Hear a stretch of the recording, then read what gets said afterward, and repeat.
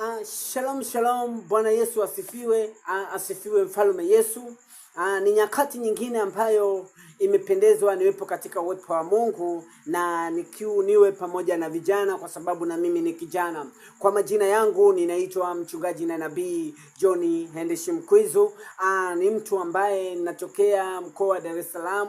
Mungu wa mbinguni amenipa neema na kuja kufundisha kipengele hichi ambacho kitaweza kukusaidia. Naongea habari ya mahusiano kwa sababu mimi ni kijana na nimepitia maumivu mengi katika mahusiano, nimepitia katika mapito mengi.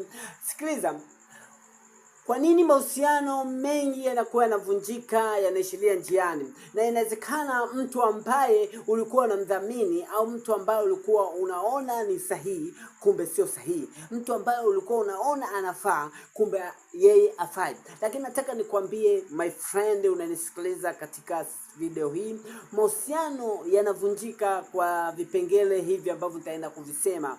Iwe ni kwenye ndoa, iwe ni kwenye uchumba, mahusiano ya aina yoyote ambayo yanaelekea katika hatima ya kuishi baina ya watu wawili yanavurugika kwa sababu ya vipengele hivi. Ili mahusiano yako yaweze kudumu, yawe mahusiano ya dhati, unatakiwa ufanye vipengele ambavyo naenda kuvielezea katika mtandao huu.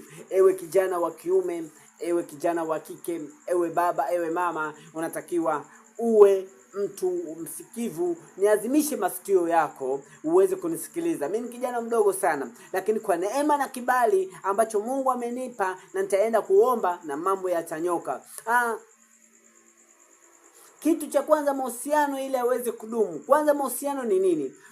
Mahusiano ni baina ya kiungo chochote, baina ya watu wawili. Yaani niseme mahusiano ni baina ya watu wawili ambao wamepatana kwenda kuishi, au ambao wamepatana kwa jambo la aina yoyote. Yaani mahusiano ni baina ya watu wawili ambao wamepatana kwa jambo la aina yoyote. Mahusiano ni baina ya watu wawili ambao wamepatana kwa jambo la aina yoyote, iwe kwenye uchumba, iwe kwenye urafiki, iwe kwenye maongezi ya aina yote, iwe kwenye majadiliano. Kwa hiyo ni baina ya watu wawili ambao wamepatana kwa jambo ya aina yote. Mahusiano ni baina ya kikundi fulani ambacho kinatengeneza jambo kwa ajili ya mafanikio yao. Kwa hiyo tunaenda kuangalia kwamba mahusiano na kwamba ni kitu ambacho kinastahili kupatana.